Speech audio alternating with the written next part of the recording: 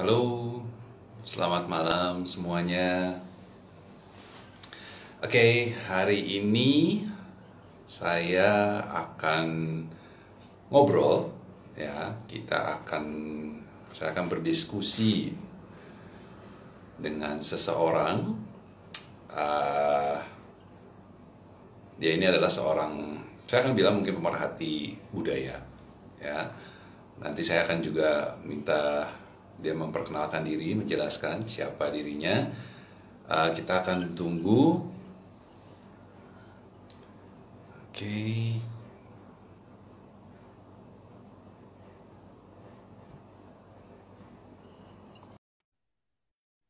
Ya, kita tunggu pembicara satu lagi. Nah, halo Halo, Ja. halo Bang Jaka. Akhirnya ya. Oke, gimana koneksi di sana, aman? Insya Allah aman lah segini mah. Oke, eh, mungkin kita akan perkenalkan diri kita masing-masing kali ya, Oke, oke, oke. supaya juga mungkin yang menonton ini, yang mendengarkan ini bisa tahu kita ini latar belakangnya seperti apa, dan Hmm. sekarang ini kita bisa menceritakan semua ini karena apa. Mungkin dimulai dari saya dulu. Perkenalkan, saya Greg Jakaria. Saya ini adalah praktisi Jinshin Jitsu. Jinshin Jitsu itu adalah suatu seni pengobatan dari Jepang, ya, yang sangat alami dan sangat sederhana, uh, yang intinya prinsipnya adalah mengharmonisasikan energi tubuh kita. Oke, okay. Nanti kalau misalnya ada beberapa teman-teman yang pengen bertanya bisa di dalam Mhm. chat boxnya ya, bisa ditanyakan. Terus yang hari ini saya akan obrolkan ini adalah pengertian saya, pengalaman saya, dan pengetahuan saya mengenai Jinshin Jitsu. Dan kita akan bisa bahas banyak nantinya, tapi kita mencoba untuk membatasi sampai ke awalnya di nafas dulu. Ya, mungkin ya mungkin Ijal dulu deh cerita. Ijal ini siapa? Halo, ya. Ijal Ya, bisa cerita kalau Ijal ini kalau siapa? saya nama saya Rizal. Ya. Oh ya, ya saya Rizal Hussein, Muhammad Rizal Hussein. Sebetulnya tadi disebut pemerhati budaya ya bisa. Cuman ya mungkin itu yang paling tepat ya untuk saat ini gitu karena saya baru 8 tahun coba apa ya keliling-keliling lah ke beberapa kampung adat di Indonesia untuk mempelajari gitu ya soal budaya itu sih sebetulnya kurang lebih. Jadi tapi sebut budayawan juga kayaknya belum proper lah kayak gitu sih. Oke, nah kebetulan kali ini kita, jadi gini, saya mempelajari Jinshin Jitsu itu, dan kemudian saya menyadari bahwa JSJ ini sangat luas hubungannya. Saya mengerti bahwa JSJ bisa berhubungan dengan horoskop, bisa berhubungan dengan beberapa prinsip ilmu pengetahuan lain, dengan numerologi, ataupun dengan warna, ataupun dengan nada. Itu Jinshin ternyata banyak sekali hubungannya. Dan kebetulan saya ngobrol sama Ijal, dan memang Ijal juga menerangkan dalam sisi ternyata filosofi yang saya ceritakan ini adalah ada hubungannya dengan filosofi yang berasal dari budaya Sunda. Kita di sini tidak bermaksud untuk membedakan ataupun apa namanya ya membedakan budaya, ya, karena kebetulan memang kita ketahui sekarang ini Ijal adalah Sorry untuk yang sebentar Bang Jaka, sinyal agak agak keganggu. ya Dibenerin dulu ya udah sebentar. jelas ya. Sorry Mau sorry sorry diputus sorry dulu, sorry sorry. Sebentar ya. yuk. Oke, sementara itu saya akan coba ngobrol. Jadi kebetulan Ijal ini memang dia mengerti cukup banyak pengalaman dalam budaya Sunda. Nah, ternyata ketika kemarin ini saya ngobrol, loh kok banyak nyambungnya. saya pernah sedikit mempelajari mengenai satu uh, ilmu, yaitu apa, face reading, ya, berdasarkan dari budaya Chinese. Dan saya melihat ada kesamaan dengan Jin Shin Jitsu dari secara filosofinya adalah bahwa wajah manusia itu dibagi tiga. Sama dengan kita pun juga secara tubuh dalam Jin Shin Jitsu itu dibagi tiga. Kita akan dilihatnya adalah bust line, adalah bagian dada, lingkar dada, waistline adalah lingkar pinggang, dan hip line, ya, lingkar panggul. Nah, dari situ kenapa kita berdasarkan dari situ? Karena semua dari sini itu adalah semua organ tubuh kita ada di sini. Jadi berdasarkan itu kita akan bisa lebih sebentar. Oke.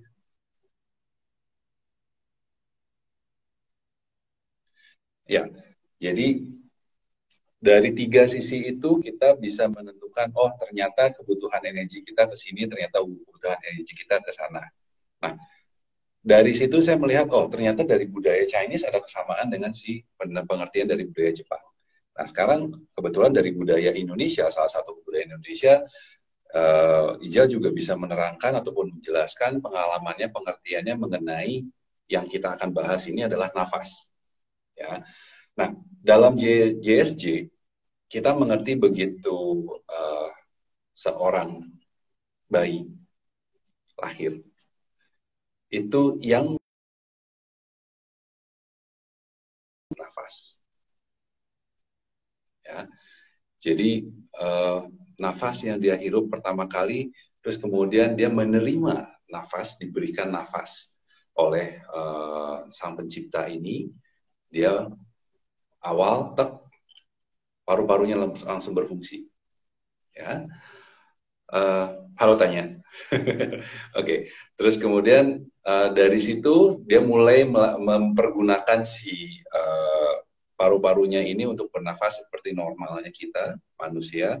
Kita inhale, exhale, itu akan selalu seperti itu. Nah, yang kita akan bahas hari ini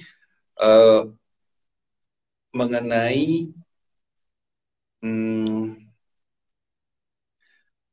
filosofi dari nafas. Ya. Oke, kita sambil nunggu Ijal untuk join lagi karena kelihatannya ada kesulitan di koneksinya. Bentar, saya lihat dulu. Belum datang. Ya, oke. Jin Shin Jitsu itu kita gini. Untuk beberapa yang belum kenal dengan Jin Shin Jitsu, JSJ itu sangat sederhana. Kita hanya melakukan menyentuh beberapa titik di tubuh supaya kita energi yang kita sentuh ini dalam tubuh ini akan lancar.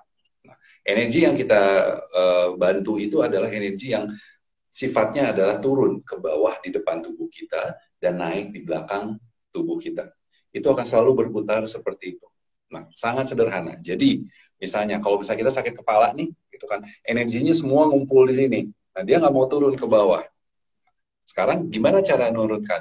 Sangat sederhana, kita hanya menyentuh beberapa titik di tubuh supaya si jalannya itu akan lebih lancar. Oke.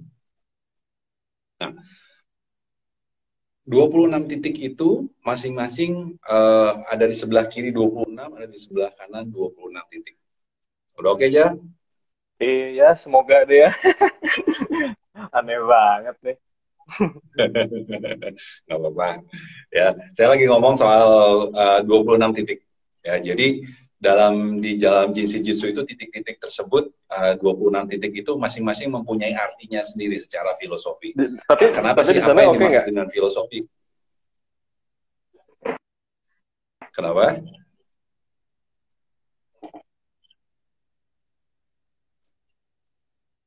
Oke, udah jelas? Ya. Oke, saya lanjut lagi. Jadi, tadi sampai mana? Ya, dari semua 26 titik tersebut, 26 titik Jinshinjutsu itu akan ada artinya masing-masing. Ketika kita menyentuh titik tersebut, kita akan merasakan, misalnya ternyata di sini, kita merasakan ada denyut. Denyutnya seperti apa? Oh, denyutnya kencang. Oh, berarti dia kita akan melihat apakah hubungannya dengan apa yang kita rasakan, apa yang kita alami, ataupun apa yang kita misalnya ada sesuatu yang stuck atau sesuatu yang terhambat di situ. Sederhana kita melihatnya. Nah, hari ini kita memang membicarakan nafas. Nafas itu yang sangat dasar dari manusia itu kita adalah exhale dengan inhale. Gini, saya rasa teman-teman semua suka olahraga, ya, dan pernah melakukan olahraga yang cukup berat, yang cukup capek, yang sampai akhirnya kita terengah-engah, kita sangat-sangat kecapean. Tanpa kita sadari, ataupun mungkin kalau teman-teman ngelihat di orang-orang olahraga ataupun di TV, ketika orang lari, misalnya capek, ketika berhenti, apa yang akan dilakukan? Dia akan melakukan, biasanya rata-rata yang saya perhatikan, itu adalah dia membungkuk dan menyentuh lututnya. Ya, saya contohkan. Kalau misalnya orang capek, dia akan begini. Dia menyentuh lutut di bagian dalam ini. Dia dengan capek, dia ngos-ngosan seperti ini. Ya. Atau ketika dia lagi setelah capek, terus dia akan menyentuh si pinggang di bagian belakang ini, terus kemudian dia berusaha menghirup nafas dari sini. Nah, kenapa seperti itu? Itu adalah reaksi alami manusia. Kalau nggak percaya, besok lari atau mau sekarang silahkan lari, sprint secepat-cepatnya, bolak-balik sampai capek, terus udah gitu sadarin kita ngelihatnya kemana. Atau kalau misalnya kita sekarang berhubung sudah tahu kenapa dan bagaimana, suruh orang lain lari bolak-balik, terus udah gitu dia akan otomatis memegang dua titik itu. Kenapa? Karena titik itu adalah titik yang berhubungan dengan nafas. Ya. Titik yang di lutut itu adalah berhubungan dengan exhale. Ya. Titik di lutut ini berhubungan untuk yang melepas. Oke, Jal? Dah, aman nih. Ini aman nih. Yakin. Oke, sip. Ya. Jadi, titik yang di lutut ini adalah titik untuk melepas. Dan dalam safety energy, dalam Jinshinjutsu, titik tersebut kita sebutnya adalah safety energy lock. Dan itu adalah nomor 1. Dan disebut itu adalah prime mover. Jadi yang pertama kali bergerak, bergerak itu adalah titik tersebut. Kenapa? Oke, 1, kita sadari ketika kita mau berjalan, ya, kita berdiri, kita mau berjalan, yang pertama kali bergerak adalah lutut. Lutut kita bergerak. Nah, dalam nafas, 1 ini adalah exhale. Kita melepas. Kenapa melepas itu yang menjadi yang pertama? Bukannya kita ketika kita lahir itu kita menerima, kita nafas dulu nih. Yeah. Kenapa kok bukan yang itu yang menjadi nomor 1? Kenapa exhale? Karena secara filosofi bahwa kita ini lahir, kita menerima nafas. Kita bukan mengambil nafas, enggak. Kita diberikan oleh Sang Pencipta adalah kita diberi nafas. Nah, setelah kita menerima nafas, tugas berikutnya adalah membuang. Jadi nafas yang kita sudah terima itu adalah sama seperti kalau ketika kita melihat seumuran kita sekarang ini, kita menerima rezeki. Nah, kita bisa mengumpulkan rezeki, ya, tapi akan ada saatnya kita juga harus membagikan rezeki tersebut. Kita bisa menerima kasih sayang, kita juga perlu untuk memberikan kasih sayang. Kita tidak bisa menerima. Pada akhirnya kita akan bloated, kita akan kelebihan. Sama kayak gelas, ya. Gelas kita isi air, apapun airnya, kalau kita terus dia akan tumpah karena kelebihan dan itu nggak jadi apa-apa. Tapi ketika kalau misalnya supaya kita bisa ambillah pertama kita air putih, terus kita pengen nyobain teh, kita harus buang dulu. untuk mendapatkan yang baru. Oke, jadi itu adalah untuk dari yang exhale, bahwa kita harus melepas dulu. Kalau perhatikan ketika kita nafas, ya, kita bisa membuang nafas itu, kalau bisa buang nafas langsung nih,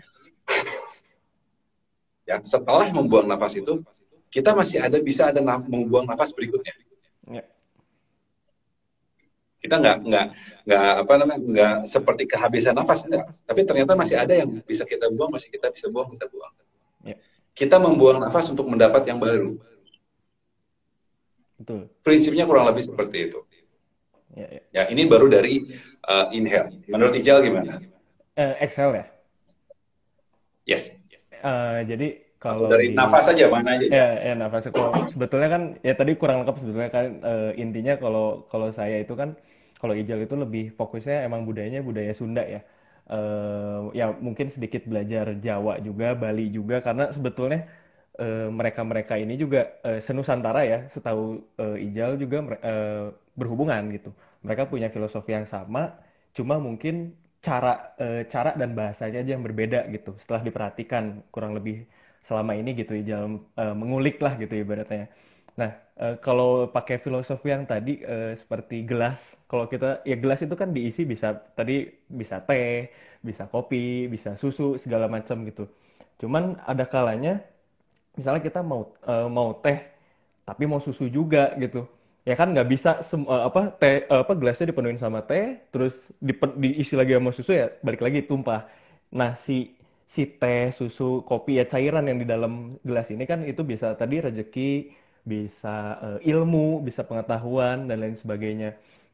Dan memang tadi ketika bicara Mang Jaka bicara soal bahwa tugas pertama kita setelah lahir adalah membuang nafas, itu pun ada juga di Sunda ya terutama gitu, bahwa yaitu kita ini diberi kesempatan untuk hidup oleh Sang Pencipta gitu di dunia.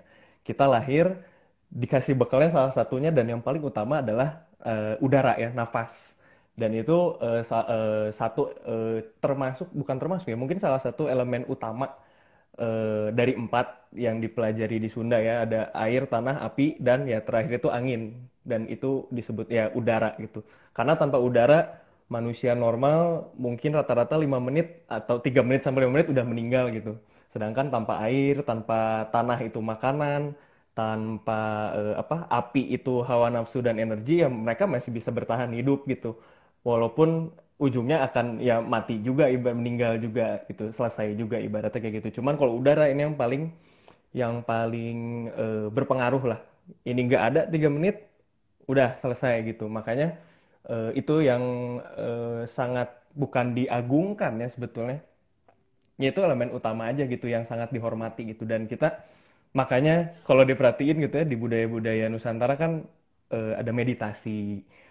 Ya di agama pun beberapa mungkin ada yang mengenal meditasi gitu. Ada ya mungkin bahkan Islam pun sholat itu menurut saya itu salah satu bentuk meditasi ya. Cuman ini balik lagi ini pendapat saya aja pribadi gitu setelah melakukan gitu ya. Nah, ya gitulah kurang lebih kalau untuk sementara untuk Excel gitu sebetulnya Bang Jaka. Gitu. Oke.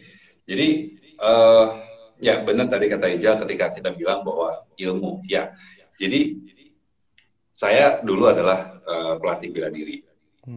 Dan untuk mencapai tingkat akhir guru saya meminta saya untuk mengajar. Dan saya nggak ngerti kenapa, saya cuma ngikutin aja. Nah, ketika setelah saya mengajar, berarti kan saya memberi ilmu saya yang saya punya di sini, saya kasih ilmu. Dan ketika saya beri itu, ternyata saya mendapatkan yang baru. Saya mempunyai pengertian baru, pemahaman baru atas ilmu tersebut, sehingga memperkaya pengetahuan saya. Nah, jadi itu sangat relate dengan berhubungan dengan bahwa kita exhale, kita melepas, membuang nafas untuk kita menerima yang baru. Nah, posisi yang tadi adalah yang ketika di awal orang yang menunduk untuk memegang lutut, dan yang titik kedua itu adalah di belakang untuk menerima, ya, menerima nafas baru, menerima energi baru.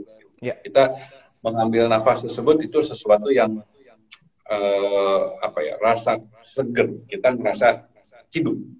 Ya. Jadi dalam dalam JSJ, titik tersebut adalah titik untuk lebih untuk apa namanya, bijak. Ya. Jadi Betul. ketika kita menerima segala sesuatu, seperti tadi saya bilang bahwa setelah saya mengajar, saya menerima, saya mengerti bahwa yang dulu saya pikir itu hebat, ternyata nggak sehebat itu. Ya, ya, ya. Bahwa teknik yang ternyata saya dulu pikir bahwa oh itu tidak terkalahkan, kemudian saya melihat bahwa itu bukan sesuatu yang spesial juga. Ya. Jadi itu menjadi satu apa ya, turning back gitu. Jadi kita jadi yang tadinya di atas, kita jadi mengerti jadi ada di bawah. Ya. Saya jadi melihatnya dari situ. Karena di atas Maksudnya langit masih gimana? ada langit. Ya, karena di atas langit masih ada Yes. langit. Itu kan.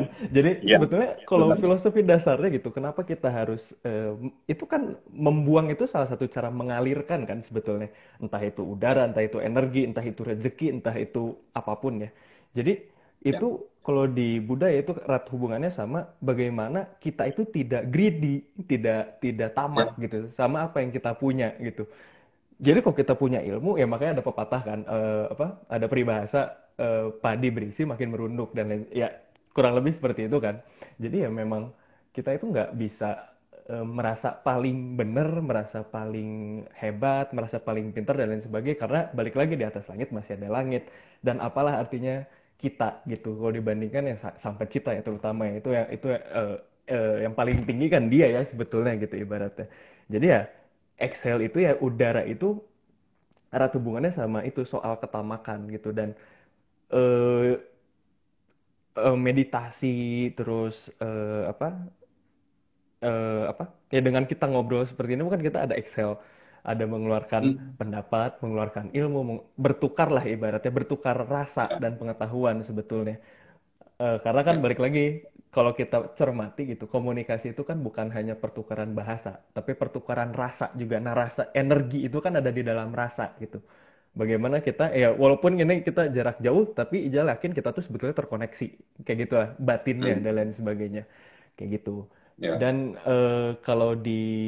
kalau di Sunda ya terutama, si apa ada filosofi juga yang berkaitan sama bahwa kita itu tidak boleh tamak itu ada di sesajen sebetulnya.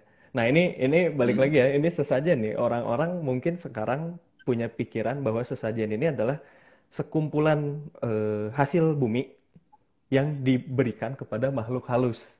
Ya entah itu disebutnya iblis, jin dan lain sebagainya. Padahal ternyata setelah Hijal pelajari gitu ya, si sajen ini tuh bukan itu gitu. Cuman sajen ini adalah nama panjang nih ya. Ini agak sulit sih kalau untuk dihafalin. Jadi nama panjang itu Sastra Yen Rahayu Ningrat Pangruat Ingdiu. Nah, itu hmm, artinya adalah sastra tinggi, agung, yang abadi untuk menghilangkan kebodohan. Nah, itu artinya sebetulnya setelah Ijal simpulkan bahwa ya sesajen ini adalah apa ya bacaan sebetulnya buat orang-orang Nusantara gitu ya, ya terutama Sunda lah. Ini tuh hmm, bacaan bahwa di setiap barang, di setiap ya hasil bumi tadi yang ada di sajian itu punya makna dan filosofinya tersendiri gitu. Nah, salah satunya yang berkaitan itu adalah ada teh, ada kopi. Nah, ada gelas yang isinya teh, ada yang gelas isinya kopi, ada gelas yang isinya air putih, air apa? Ya, air bening lah, air mineral gitu. Itu kan sebetulnya perbe- eh, ibaratnya gini, kita bisa punya ilmu yang berbeda-beda gitu ya, mau itu teh, mau itu kopi, hmm, mau itu air eh, mineral gitu ya. Cuman kalau kita perhatiin, setelah diseduh, kopi dan teh itu sama-sama bening sebetulnya. Bisa kita lihat hmm, tembus pandang gitu, seperti air mineral. Bahwa hmm, ketika kita punya ilmu-ilmu itu, janganlah kita sombong gitu karena hmm, setiap orang punya kemampuannya sendiri punya kapabilitasnya sendiri dan itu hasil dari tempaan alam semesta tempaan dari yang ya apa sang pencipta gitu Ya teh kan dulunya kan sebelum bisa diseduh itu kan ditanam dulu, diurus dulu, kena hujan, kena panas, dan akhirnya bisa diseduh, terus kita masukin air panas, tehnya naik, tapi lama-lama nanti turun lagi. Nah itu sebetulnya salah Ya, satu filosofi lagi. Ketika turun itu kita harus merendah gitu. Kita nggak boleh di atas terus. Itu berkaitan lagi sama yang tadi Mang Jaka ceritakan soal menjadi pelatih gitu kan. Dan makanya ya, kita kita juga di Indonesia gitu kan ya istilahnya kegiatan belajar mengajar. Dan banyak juga ya pengajar gitu ya yang memang merasa ketika dia setiap hari ini kalau konteksnya guru ya di sekolah setiap hari ke sekolah gitu untuk ngajarin anaknya misalnya bahasa entah itu matematika dan sebagainya ternyata dia tuh makin paham walaupun diulang-ulang ya ya. justru karena diulang-ulang karena tempaan yang sama terus-terusan dan mungkin menghadapi muridnya yang berbeda-beda wataknya itulah yang membuat dia jadi lebih apa ya ya lebih itulah lebih upgrade lah ibaratnya gitu kayak gitu sih Bang Jaka kurang lebih. Ya, ya benar gitu. Jadi bahwa balik lagi awalnya hanya sekedar kita memberi. Ya, Ketika setelah memberi kita menerima. ya, Ketika kita menerima, kita mengerti sesuatu yang baru. ya. Nah, dalam dalam JSJ, oke, ini ada lanjutannya. Jadi satu Hmm, tadi di lutut, ya. ya. Terus kemudian dua itu ada di pinggang. Hmm, Nah, energi itu akan mengalir ke sini, ya. ke kepala. Ya, di belakang kepala kita ini ada titik nomor 4. Ya, Hmm, yang sering sekali kita sentuh ketika kita lagi penat, lagi capek, lagi nggak bisa mikir, kita dengan santai kita suka melakukan seperti ini. ya, Nah, ini ketika kita sudah melakukan ini, terus tiba-tiba kita kepikiran, oh ini ya, oh itu ya, oh ini. ya, ya, Nah, ya, titik ini adalah seperti dibilangnya adalah seperti jendela, window. ya, Nah, jendela gunanya buat apa? Kita kalau misalnya dari dulu saya terbiasa ketika bangun tidur kita membuka jendela supaya kita mendapatkan energi baru, ya, mendapatkan udara baru, dan kita bisa melihat sesuatu yang berbeda dibandingkan hanya di dalam ruangan ini. ya, Gitu. Jadi kita melihat sesuatu yang baru. Nah, ketika kita menyentuh titik 4 ini, kita ketika di sini kita melihat segala sesuatu dari perspektif yang berbeda. Kita ya, mempunyai penyadaran-penyadaran baru, ya, mempunyai awareness baru atas sesuatu. Jadi yang apa ya, yang saya suka dari Jinshin-Jyutsu ini ataupun tadi yang Ijal juga sempat bilang bahwa mengenai filosofi dari apa kopi, teh dan semua itu, inilah filosofi. Filosofi itu sesuatu yang dalam dan dibalik itu, bukan ya, hanya sekedar kita melihat ataupun jangan melihat segala sesuatu dari secara secara apa ya, hanya pemikiran kita. Kita harus melihat dari sudut pandang yang berbeda kan. ya, Nah, filosofi itu sangat luas dan sangat universal. Kita mau ngomong ke bagian apapun itu bisa nyambung. Gitu. Tadi kamu bilang dari soal bagaimana sebenarnya adalah rakyat ataupun ada budaya untuk berterima kasih ya, sebenarnya. ya, Ya, ya, betul. berterima kasih seperti terima kasih berarti baliknya apa? Memberi, Dia melepas. ya, melepas. Dia memberi, Ya, melepas gitu. ya, Setelah itu dia akan mendapat. mm-mm, Ya kan? betul. Jadi kayak kita mau panen, kita Ya, menanam dulu, kita itu terus kita diberi, begitu kita diberi kita akan mendapat, terus ya, kemudian kita akan mendapat lagi. Jadi itu akan selalu berputar gitu. Jadi ya, ini yang apa ya, yang menyenangkan dari filosofi. ya, Bukan hanya sekedar yaitu bukan hanya sekedar suatu kata, tapi ternyata ada banyak artinya di balik itu. ya, Nah itu tadi yang adalah nomor 4 di sini. ya. Bagaimana kita bisa melihat dari sudut pandang yang Point of view berbeda. berbeda. Ya, ya. Nah itu Yes.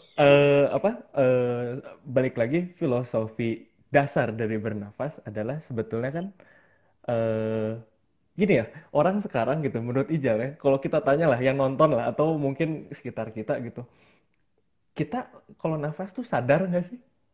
Apakah merasa otomatis atau gimana gitu kan? Karena sebetulnya kalau kita sadar kita nafas itu capek kan sebetulnya ya. Dan sebetulnya itu kan bagian makanya kalau kita lagi ibadah lah apapun itu agamanya apapun itu caranya kalau kita benar-benar khusyuk fokus itu kerasanya pasti draining gitu, draining energi kita gitu sebetulnya kan, karena memang capek gitu kalau kita menyadari gitu. Jadi sebetulnya kenapa ada ibadah adalah fungsinya sebetulnya menurut Ijal ya pribadi, supaya kita tuh lebih sadar kita tuh hidup tuh mau apa, kita tuh datang dari mana, mau kemana, sama siapa, nanti mau pulang kemana. Itu kan akan kita dapat kalau kita sadar gitu. Bahasa ininya eling lah, bahasa Sunda Hmm. itu eling gitu, Ya, bahwa kita tuh harus eling gitu, hidup tuh harus bisa nahan diri, hawa nafsu, nggak boleh sombong dan lain sebagainya. Sebenarnya seperti itu. Dan balik lagi ke sajian tadi, memang itu kan sekumpulan hasil panen sebetulnya kan, ada kelapa, ada pisang, ya macam-macam lah. Sebut aja di situ ada lebih dari, ya ada belasan, bahkan mungkin 20-an lah, dan itu beda-beda di setiap daerah gitu. Nah, itu kan hasil alam, ya balik lagi yang kita panen, nanti kita, itu kan upacara adat ya, jadi disajikan itu hanya untuk ya display dan dibaca. Nanti setelah upacara itu dimakan kok. Jadi sebetulnya yang bilang sajian itu tidak apa jangan dimakan, sebetulnya ya mungkin itu beda beda aja gitu. Cuman kalau yang dari Sunda gitu ya, yang Ijal tahu, habis upacara adat sajiannya dimakan bareng kok gitu. Tapi memang ada yang dilarung ke laut, ada juga yang dilempar ke kawah misalnya. Nah, itu kan sebetulnya mengembalikan, itu filosofinya mengembalikan nih, saya udah dapat sekian, sebagian lagi saya kembalikan lagi gitu. Ya kalau mau nikah angsul-angsul lah ibaratnya gitu kan, ada saling seserahan gitu kan ibaratnya. Dan bukan menuhankan ya, bukan menuhankan gunung, bukan menuhankan laut gitu. Ini soalnya masih banyak salah kaprah sih gitu. Ya kurang lebih kayak gitu sih Mang Jaka. Dan tadi kalau kita bahas titik 4, ini tuh window. hmm, Nah di ya, Sunda pun sebetulnya mengenal, jadi kan gini, ini ada tulang belakang di sini sampai bawah. Nah, di ya, sini ada, ya kita sebut otak lah, bagian otak lah di sini. Otak belakang lah ya, let's say gitu. Nah, itu secara filosofi ini tuh ra. Di sini tuh ra, disebutnya ra. Nah, hmm, si punggung ini disebutnya sebetulnya telung puluh telu apa naga, telung puluh telu nagara, nagara telung puluh telu nagara. Nah, tulang belakang kan umumnya ya kita kenal 33 ruas lah ya. Nah, si tulang punggung ini disebutnya naga, si otak belakang ini disebutnya ra. Makanya kalau di ya Chinese gitu ya, ada barongsai gitu kalau kita kenal. Sebetulnya itu filosofinya mirip setelah Ijal cari tahu gitu ya. Jadi kan selalu nih si naga ini hmm, ngejar-ngejar bola api. Jadi ngikutin terus. Nah, ini sebetulnya kalau digambarkan ya ini otak, ya ini tulang punggung gitu, seperti ini gitu kan, kebayangan kayak gitu lah, hmm, kurang lebih. hmm, Nah, naga ya, ini setelah diteliti gitu ya, di Sunda pun mengenal naga gitu ya. Naga ini adalah, kalau looks-nya gitu ya kan, sekumpulan hewan-hewan nih yang dijadikan satu, hmm, dan akhirnya jadi naga ini. Nah, kalau kita bisa hmm, mau lihat lebih dalam lagi, sebetulnya naga ini adalah perwujudan manusia. Kita itu kan dikenal sebagai hewan yang pintar, ibaratnya gitu ya, kumpulan dari hewan-hewan lah, kasarnya seperti itu. hmm, Itu kalau dibahas lagi, nah, ada manusia, ada jelema kalau di Sunda. Nah, itu bedanya nih. Kalau jelema ini fisiknya manusia, tapi dalamnya binatang. Kalau manusia, hmm, manusia itu kan sebetulnya pikiran mulia. Manusia ini Sanskerta. Jadi ketika wujudnya manusia dan isinya manusia, bahwa kita tuh harus jadi manusia yang bermanfaat untuk lingkungan sekitar, itu sah disebut manusia. Nah, balik lagi ke hmm, naga. Naga ini hmm, manusia, ra ini kalau kita telaah lagi filosofinya, ya tadi kekayaan point of view, apa ya, jendela. Nah, kalau di hmm, Sunda, ra ini tuh termasuk juga ke kemakmuran, kemakmuran atau hmm, energi positif lah intinya. Energi positif itu mau diisi apapun itu akan selalu jadi baik kan. Nah, naga ra, makanya disebutnya nagara. Sekarang hmm, diterjemahkan ke Indonesia negara. hmm, Nagara ini ya secara filosofi lagi, ini Sunda kuno atau Sanskerta ya. Nagara ini berarti sekumpulan manusia yang mencari kemakmuran, yang selalu mengejar energi positif. Makanya disebut hmm, nagara. Nah, balik lagi, hmm, bahasa Sanskerta kita beda sama Sanskerta India. Kalau di kita hmm, Sanskerta itu Sandi Karta. Sandi kerta. Sandi itu bahasa, kerta itu keselamatan. Bahasa keselamatan gitu ibarat. Jadi dulu bahasa Inggrisnya tuh bahasa Sanskerta, tapi beda sama yang di India. Itu setahu Ijal, balik lagi ya setelah cari tahu. Kayak gitu sih Bang Jaka kurang lebih. Seru Ternyata kan? mirip juga kan? Iya, ini Jinshin Jutsu dari Jepang terus ya kita juga punya gitu Sunda ya Nusantara lah. Ternyata banyak juga ininya kaitannya gitu kan dan ya rame sih untuk dibicarakan gitu karena universal balik lagi gitu. Iya, karena ya itu balik lagi filosofi gitu. Ya, Bahwa saya belajar bela diri, filosofi bela diri itu ternyata itu benar-benar bisa masuk ke semua jenis ya, kehidupan. ya, sepakat, Dari sepakat. semua segi kehidupan itu semua bisa, dan ternyata Jinshin Jutsu pun juga demikian. Dari semua yang kita rasakan sebagai manusia yang kita alami selama ini, ternyata itu tercermin dari titik-titik tersebut. Ya, Bahwa ternyata kita stuck di sini, kita nggak bisa melihat segala sesuatu dari sisi yang berbeda. Dengan kita buka ini, kita bisa lebih enak. Nah, hubungannya dengan nafas, ya kalau misalnya nafasnya secara energi tidak bisa plong, ya, bagaimana kita nafasnya enak? Nah, ya, banyak cara dalam Jinshin Jitsu untuk membuka si titik-titik untuk nafas tersebut. ya. Banyak sekali. Tapi yang paling sederhana tadi yang secara alami kita udah lakukan. Ya, Apakah memegang lutut kah, apa memegang ini, atau memegang ini. Nah, ya. ini berhubungan dengan ke depan. Mhm. Depan ini pun juga akan membantu kita untuk berpikir secara logika, gitu kan. Ya, Bahwa dan ini pun juga ada hubungannya dengan mata ketiga yang ada bisa di tengah kita. ya, Yang ya. kalau orang mau percaya seperti itu. Dan hubungannya nanti apa? Sakit kepala, nafasnya nggak enak, kita turunin di sini. Titik ini adalah titik untuk awal dari titik dari lambung. Bagaimana kita mencerna segala sesuatu. Yang kita lihat ketika kita mengerti, ketika kita mikir sini dari sudut pandang yang berbeda, kita akannya mencerna semuanya di sini. Jadi kalau misalnya di sini stuck, pegang aja ininya bisa untuk menurunkan. Atau kita bisa memegang titik-titik yang lain juga untuk menurunkan. Jadi untuk JSJ itu sangat sederhana sekali. Dengan mempelajari 26 titik, tahu titiknya di mana, kita cuma tahu bahwa, oh saya nggak enak perut, pegangnya di mana? Ya udah pegang satu, pegang lututnya, dia lancar. Ketika sakit kepala, pegang di mana? Oh bisa pegang telunjuk, bisa juga untuk ngebantu. Gitu. Jadi kita tuh universe kecil. Iya, sepakat. Bahwa kita nih adalah apa ya, kita nih alam semesta kecil yang kita juga cuma tinggal atur sendiri. Oh pegang ini. Seringkali tadi Ijal bilang bahwa nafas kita nggak pernah sadar nafas. Sekarang ini kalau kita bicara nafas, banyak sekali ilmu di luar sana yang mengajarkan ataupun mempelajari nafas. Bagaimana nafas yang baik, bagaimana ini, bagaimana itu. Prinsipnya kita nafas. Prinsipnya exhale dengan inhale.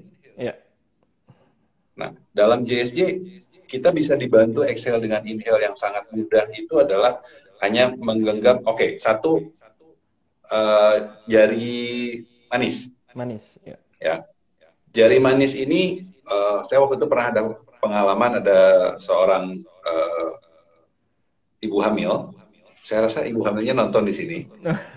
Seorang ibu hamil, dia bilang nggak enak ini, nggak enak itu, dan kemudian dia juga menyatakan bahwa nafasnya nggak enak, bahwa nafasnya terasa berat. Saya bilang, ya udah genggam aja si jari manis tersebut. Nah, karena jari manis ini berhubungan dengan paru-paru. Ketika dia menyentuh ini, setelah sekian, mungkin dalam waktu 10-20 menit atau mungkin lebih dari itu, terus kemudian dia saya nanya lagi, gimana? Udah lebih enak sekarang, nafasnya lebih enak. Nah, ini adalah salah satu cara yang mudah untuk kita supaya bisa mengatur nafas. Ada pengalaman dari salah satu instruktur saya, seorang nenek, dia hiking sama keluarganya, karena dia nggak terbiasa, terus kemudian dia ketinggalan dan mulai ngos-ngosan. Terus kemudian dia ingat, saya kan belajar Jinshin Jitsu. Akhirnya hanya melakukan seperti ini, ya, jari manisnya disentuh oleh jempol, secara perlahan nafasnya kembali dan dia bisa jalan lebih mantap. Jadi banyak sekali yang bisa dilakukan oleh Jinshin Jitsu di dalam tubuh tersebut, gitu ya. Itu mudah. Gitu. Ya, saya rasa kalau kita bicara mengenai kesehatan, filosofi, Sunda juga pasti akan banyak sekali gitu ya, Ya. Karena kalau berhubungannya. basically ya, yang kalau dari Sunda gitu ya, kalau dari Sunda tuh mengenal bahwa gini, sang pencipta itu menciptakan penyakit dan obatnya, dan itu Hmm, ada di dalam diri kita sendiri. Kalau kita mau ya, sembuh, ya udah asal kita tahu caranya, asal kita mau untuk sembuh, ya kita akan sembuh gitu. Ya cuman ya ini balik lagi nggak tahu ya, bagaimana keyakinan tiap orang aja balik lagi. Cuman kalau secara filosofi ya seperti itu. Ya mungkin kan bisa olahraga lebih banyak, ibaratnya istirahat lebih cukup, makan lebih sehat dan teratur, bisa kayak gitu. Atau dari pola pikir kan sebetulnya. Nah, itu yang tadi yang menarik lainnya adalah yaitu universe kecil. Diri kita adalah universe kecil. Nah, kalau hmm, di Sunda dan Jawa kalau nggak salah ya, itu tuh ada bumi alit. Bumi alit tuh kita dan bumi ageng. hmm, Ageng tuh besar, alit tuh kecil. Ya, bumi kecil dan bumi besar. Ada jagat raya dan ada jagat hmm, royu. Jadi hmm, ketika kita membenahi diri sendiri secara kesehatan, secara kemampuan dan lain sebagainya, otomatis lingkungan sekitar kita pun akan ikut membenarkan dirinya masing-masing gitu. Ya ya, bukan berarti individual, itu bisa juga ketika kita bareng-bareng nih kayak gini kita ngobrol, kita kan saling saling apa ya? Ini kita sebenarnya lagi olah rasa kan. Kan jarang ya ya, olah rasa ya. Olahraga mungkin tiap hari jalan, tiap hari ngapain, ngantor juga kan sebetulnya olahraga lah ya. Ya, mau ibadah itu ya, pun salah satu bagian olahraga. Cuman yang menurut Ijal yang sekarang orang lupa itu adalah olah rasa. Nah, olah rasa itu kan hmm, bisa dilakukan berdua atau ya banyak orang gitu ibaratnya, atau ya sendiri. Nah, olah rasa yang sendiri itu ya tadi yang meditasi, yang beribadah, yang benar-benar khusyuk itu olah rasa. Dan balik lagi ketika rasa kita dan raga kita sering diolah, otomatis semesta kecil ini akan bener gitu ibaratnya. Jadi kan ibaratnya, wah ini deep sih, cuman nggak deh, nanti aja deh ini. Ini mungkin di selanjutnya bisa. Jadi sebenarnya kan kalau kita mau bayangin gitu ya, ini tuh seperti ya semesta, balik lagi. Di semesta tuh ada galaksi, ada planet, ada negara, ada kota, ada sampai RT, sampai ya paling kecil lah ibaratnya. Ya di kita juga ada kan, ada sel-sel, ada bakteri-bakteri, semuanya ada di tubuh kita dan dia punya negara-negara sendiri. Mungkin di sini negaranya apa, di sini beda lagi dan lain sebagainya. Dan bagaimana kita mengatur semua itu supaya semuanya apa ya? Ya simbiosis mutualisme pada akhirnya, tidak ada yang memakan satu, tidak ada yang memakan lainnya dan lain sebagainya. Ya, itu juga kan kalau kita lihat, kalau kita perhatikan, itu kan ada juga di luar tubuh kita gitu. Bagaimana ada ya bagaimana kita menjaga keharmonisan dengan yang beda agama, yang beda budaya, yang beda ya ya yang berhubungan beda dengan pribadi. sara lah. Pribadi yang pasti beda pribadi karena ya kita satu universe kecil berinteraksi dengan universe lainnya, gimana gitu, harus bisa saling mengerti gitu sih, lebih ke empati gitu ya, Ya, minimal toleransi. Ya ini balik lagi menurut Ijal ada perbedaan nih antara toleransi dan empati. Kalau toleransi itu mungkin hanya oh ya udah gitu aja gitu, ya udah sama-sama tahu, tapi kalau empati kita bener-bener bareng-bareng gimana nih supaya masing-masing dari kita tuh lebih eh, apa ya, kualitasnya lebih baik lagi gitu, kualitas hidupnya, kualitas berpikirnya dan lain sebagainya, kayak gitu sih Bang Jaka kurang lebih. ya, benar-benar banget. Tadi yang Ijal bilang bahwa sebenarnya kita dikasih penyakit tapi juga kasih obatnya. Ya Ya, ya. terkadang saya melihatnya dalam jiu-jitsu, kadang-kadang kita nyari penyakit sendiri Ya, ya, dan kita nggak tahu cara ngobatinnya. Kadang-kadang ya, kita ya, suka ya, seperti itu. Nah, kembali lagi kepada prinsip dasar jiu-jitsu itu adalah kita mengharmonisasikan, ya, ya, menyelaraskan energi tubuh kita gitu, sehingga ketika sudah selaras energi kita mengalir dengan sangat baik, semuanya akan berfungsi dengan sangat baik. Nah, yang membuat berantakan apa? Cara berpikir kita. ya, Gimana cara berpikir kita bahwa akhirnya kita melihat segala sesuatu dengan sudut pandang kita sebagai manusia yang ego, gitu ya, kan? ya, Terus udah gitu kita melihat, oh itu nggak benar, ini harusnya gitu. Ya, ya, banyak sekali yang tiba-tiba membuat kita marah, membuat kita sedih, membuat kita takut, membuat kita terlalu ngotot, terlalu berambisi. Nah, padahal begitu kita melakukan tek seperti ini, kita santai, kita ringan, kita Ya, balik lagi kita melihat dari sisi yang berbeda. ya, ya, ya, Gitu. Jadi itu. semuanya akan sangat menyambung dan Jinshin-Jitsu sendiri arti dari kata itu tersebut, arti kata Jinshin-Jitsu itu adalah suatu seni atau pengetahuan dari sang pencipta untuk manusia Ya, untuk bisa saling mengetahui, mengerti diri dan juga memberikan kasih sayang.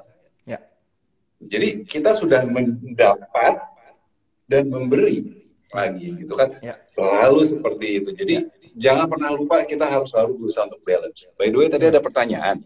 apa? Coba mana sih tadi pertanyaan? Oh, Mengenai semesta apa tadi? karmic law. Apa itu, Dek? Ini Dek Zafira ini pertanyaannya luar biasa loh. Apakah itu berhubungan dengan satu karmic law? Karmic law kita nggak terlalu familiar, bisa tolong dijelasin sedikit mungkin. Ya, Tapi kalau ngomong tadi ada law-nya, jadi kita jadi berpikir law of attraction. ya, ya.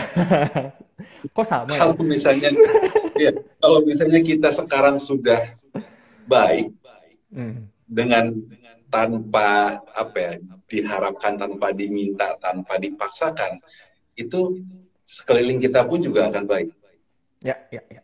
Oh ya, ini Gitu. Jadi, karma in general kata Zafira ini. oke. Mau Ija coba jawab? Lanjut dulu aja Bang Caka. Masa kecil besar berhubungan salah satu. Ya, jadi ya kita akan saya melihat dari JSJ ketika saya suka mencontohkan harmoni itu apa sih? Ketika kita datang ke satu ruangan atau ke satu keluarga dan keluarga tersebut sangat harmonis, kita akan merasa di situ apa? Nyaman, enak, Ya, betah. ya, Nah, inilah yang akan terjadi ketika kita sebagai manusia, sebagai alam semesta kecil ini, kita sudah harmonis. Efeknya apa? Orang ngobrol sama kita enak. Satu. Kedua, kita masuk kemanapun itu bisa. Karena kita membawa harmoni, kita tidak meminta sesuatu, kita memberi. Ini Gitu. ini nyambung banget sama ini Sampurasun. Ucapan halo dari Sunda, Sampurasun. Kalau orang ada yang nggak tahu gitu ya, Sampurasun itu kan halonya gitu, sapaan gitu. Nah, Sampurasun ini kalau dibedah ternyata intinya aja ya, intinya adalah permisi, izinkan saya untuk bercampur dengan kalian, semoga kita semua selalu selamat. Sebetulnya itu maknanya. Dari Sampurasun doang, ternyata itu artinya. Dan dijawabnya oleh Rampes. Rampes itu maknanya lebih ke intinya adalah, ya silakan, ayo kita, kalau dibedah lagi ya kita sama-sama makhluk ciptaan Sang Pencipta, mari kita bercampur, mari kita bertukar pikiran dan rasa, ayo gitu. Kayak gitu. Nah akhirnya itu ada kaitannya lagi dengan Siliwangi. Ada Prabu Siliwangi, terus sekarang ya ada Kodam Siliwangi dan lain sebagainya lah ya. Nah Siliwangi ini kalau dibedah, silih wawangi, saling mewangikan. Mewangikan itu digambarkan juga di sesajen, balik lagi ke sesajen, itu dengan kembang 7 rupa. Nah, dibedahlah ini, kenapa kembang, bunga, kenapa 7 rupa. Bunga itu harum, wangi. Sedangkan 7 itu adalah 7 hari dalam seminggu. Jadi setiap hari kemanapun kita pergi, kita harus membawa wewangian itu, supaya orang-orang di sekitar kita nyaman. Nah balik lagi, berarti nyambung lagi dengan yang tadi Bang Jaka jelaskan gitu. Nah terus kalau nyambung ke pertanyaan Zafira tadi soal karma, kalau di Sunda ya percaya juga sih sebetulnya ya, bisa dibilang percaya juga bahwa ya ini logis aja sih ketika kita jahat sama orang gitu ya. Ya mungkin nanti ini bukan logis, lebih ke empiris lah. Ya mungkin kita semua udah merasakan gitu. Kita jahat ke orang ya ada lagi yang akan ngejahatin kita gitu. Entah itu lebih ringan atau lebih berat gitu, itu bisa aja terjadi. Atau ya apalagi kalau kita berbuat baik gitu sama orang gitu. Makanya tadi kan selalu harus harmoni, harus selalu mengalir.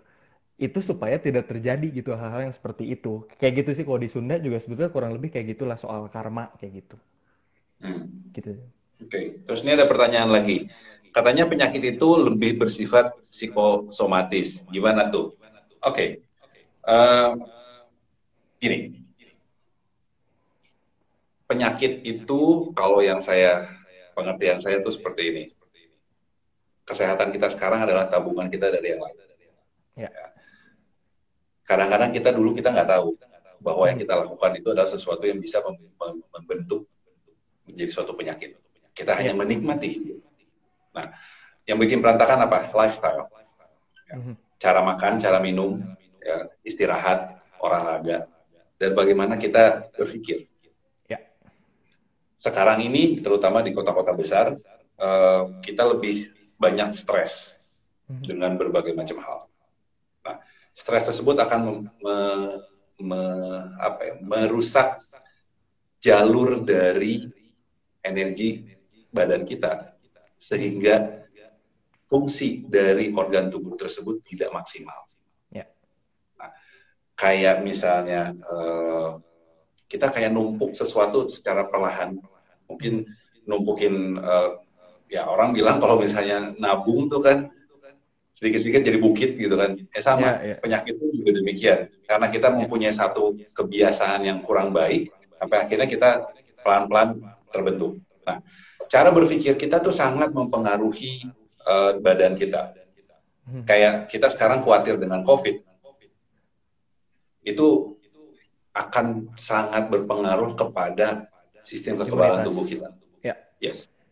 Jadi saya selalu bilang bahwa kekhawatiran itu adalah di jempolnya kita. Cuma tinggal genggam gini aja kita akan berkurang kekhawatiran kita. Nah, stres juga demikian, sama. Kemarahan sama, kesedihan sama. Semua itu yang akan nantinya membentuk energi yang kurang lancar sehingga badan kita akan terganggu fungsinya.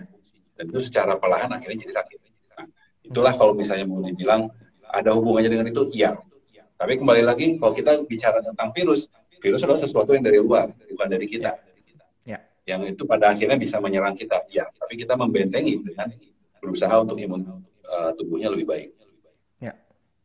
Jadi kurang lebih seperti itu. Makanya penting sekali kita mempunyai kehidupan ataupun cara berpikir yang lebih rileks, lebih balance. Dengan caranya masing-masing. Lebih suka olahraga, untuk lebih rileks, olahraga lah. Dan apa ya, yang paling penting menurut Ijal yang sekarang mungkin ya Ijal ngeliat orang-orang sekitar Ijal aja ya gitu, udah mulai melupakan adalah ya balance antara logika dan perasaan.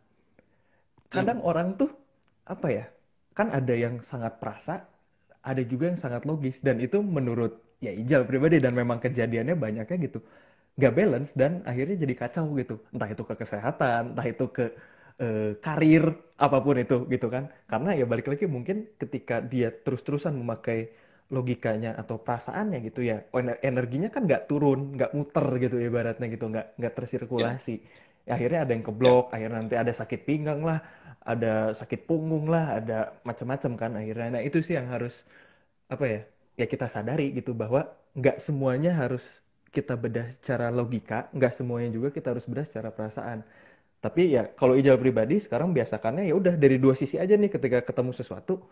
Ntar ini lebih logis atau lebih harus pakai rasa ya gitu. Karena menurut Ijal si logika dan perasaan ini harus ketemu di tengah, harus salaman. Ya supaya kita juga damai gitu. Ya salaman ini kan ya antara kita dan yang di dalam tubuh kita juga gitu. Ruh kita. Nah ini kalau dibahas lagi dari Sunda memang ada bedanya. Ini wujud kita ini adalah kurungan, di dalamnya itu ada kuring gitu. Kuring itu yang apa ya, gambaran umumnya mungkin secara ininya kata hati kecil, hati terdalam, apapun itulah sebutannya. Nah si kuring ini lebih ke perasa, sedangkan kurung ini karena di tempatnya di alam bumi, di alam wujud, akhirnya terpaksa harus berpikir secara logis gitu, harus menentukan sesuatu secara logika. Nah mereka nih si kuring dan kurung ini tuh harus sejajar, harus salaman, harus berdamai. Makanya kan istilah kerennya sekarang berdamai dengan diri dan lain sebagainya.